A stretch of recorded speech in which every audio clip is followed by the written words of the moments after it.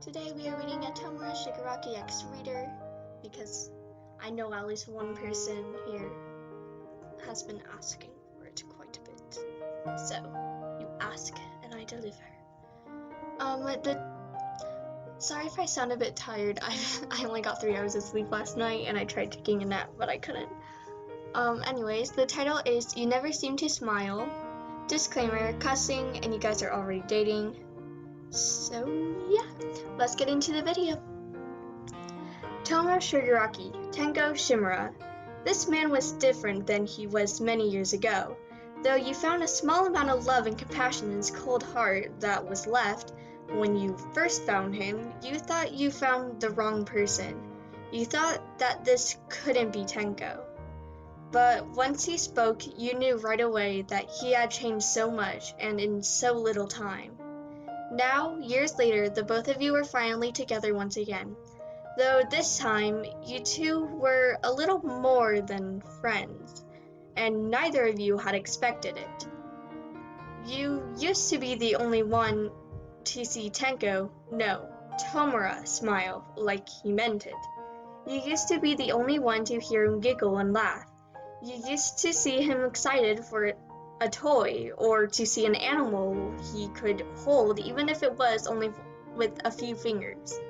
You used to see that shine in his eyes, but now most of it was gone. You sat next to the man looking at the bar counter. The man's hair hung over his face as he did the same, tapping the counter in a rhythm with his pinky raised. His empty shot of whiskey sat next to his twitchy hand, yet his head and torso remained unmoved.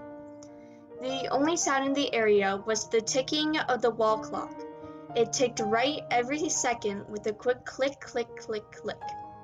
This seemed to grow louder and louder the longer the silence sat. You felt your body tense at an uneasy feeling. The feeling of despair began to fill the room, almost enough to suffocate someone.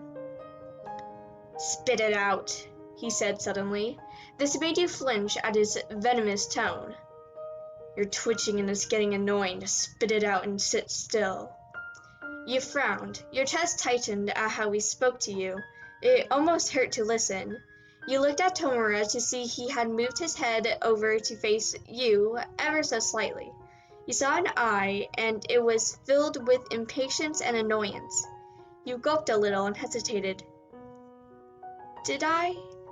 He turned his head a little more to look at you better. "Do something?" You bit your lip a bit at the question.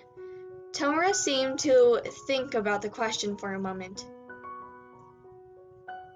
"What are you saying?" he asked in a low voice. It was dark and you knew you had to watch what you had to say. "Did I do something?" you repeated. "Like, did I do something to make you mad, or make you ignore me, or hate me?" Tomura seemed slightly surprised by your questions. He turned his body away from the counter to give his full attention to you. His head tilted and his father's hand seemed to move as if it were alive once he did. It made you begin to shiver. "What makes you think I would hate you? Sure, I might get mad, but..." He started, and the ignoring part? "I block everyone out, and when I feel like it..." He leaned back slightly, though not enough to fall back. "No," you said. "You never smile anymore. You never laugh, you never cheer, and you never look at me anymore." You played at the end of your shirt for a moment. "I feel like I made you mad. Did I fail to meet your expectations? Did I do something?" Tomura seemed to inhale your questions and exhale them heavily. He looked to the side towards the bar drinks. "Don't think you're special," he said, which made your heart sink. "I'm not mad at you all the time, and I don't hate you." "How does that make sense?" you asked. "I'm not special? Tomura, we've been together for almost a year. Your frown deepened. "Are you breaking up with me?" Tomura sighed and held his head. No, damn it, he snapped. I'm not. I meant special as in a hated kind of special. Of course you're special. You felt confused, but then again you figured Tomura was always a bit confusing to understand. You closed your eyes and covered them before slamming your head into the counter. Tomura was surprised by this action and bent his head down to look at you. You didn't really feel special, and he never smiled at you. He never complimented you. He never asked you anything. He was never necessarily even the least bit nice to you, and all of that went away when he went with All for One. He hadn't smiled since to you.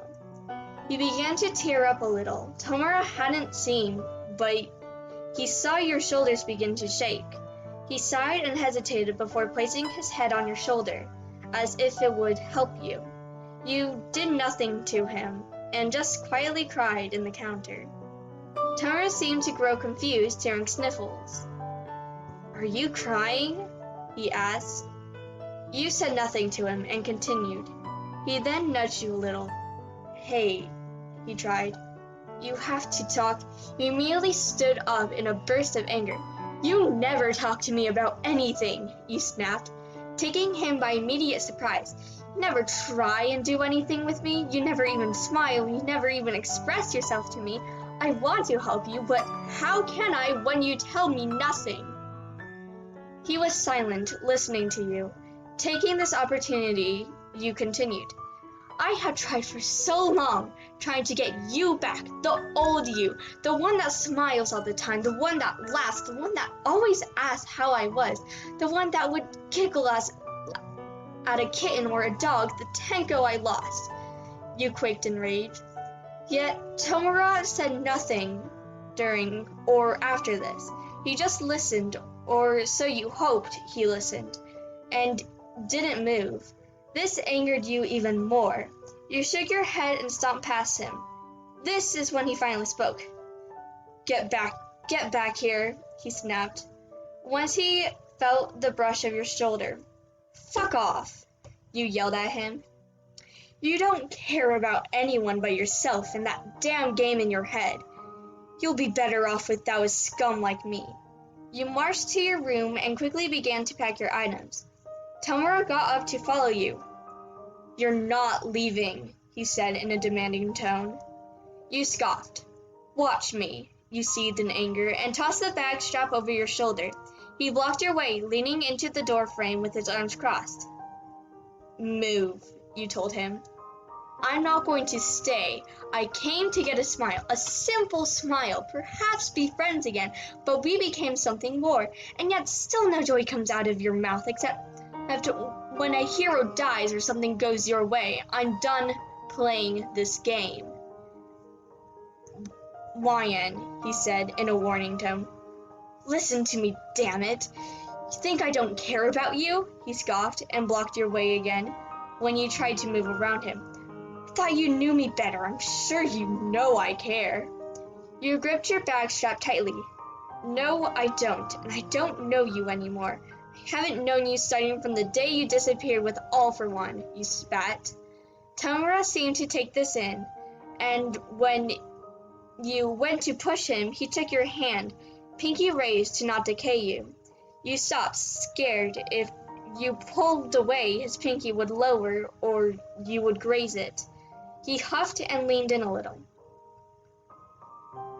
I guess I have changed, he started. But that doesn't give you the right to say I don't care and that I hate you.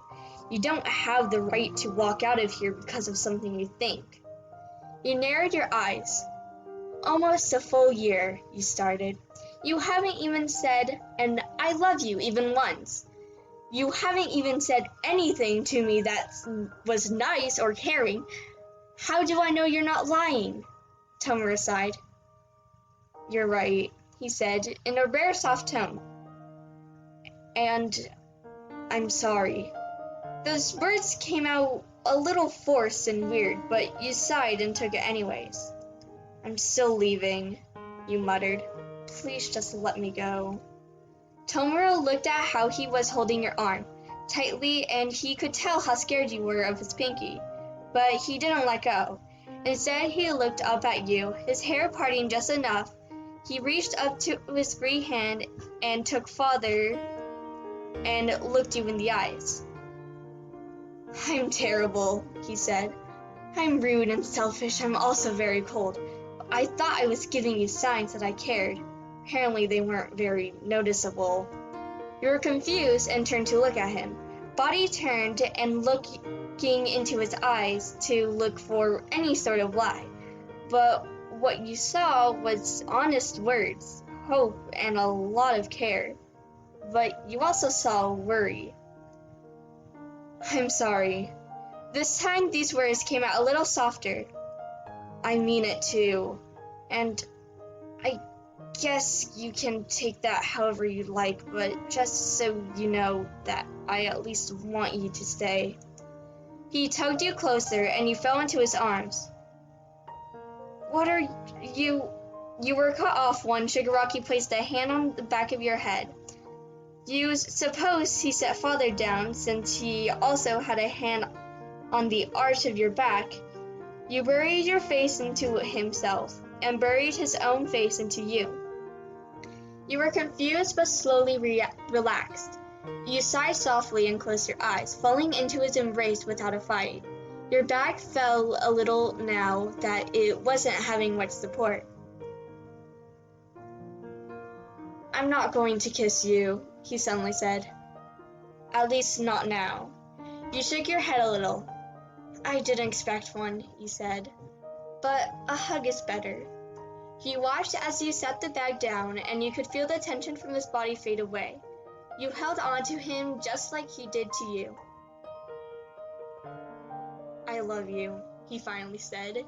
You were surprised by those 3 words, but then you lit up with a smile. You looked up at him with your smile and spoke, "I love you too."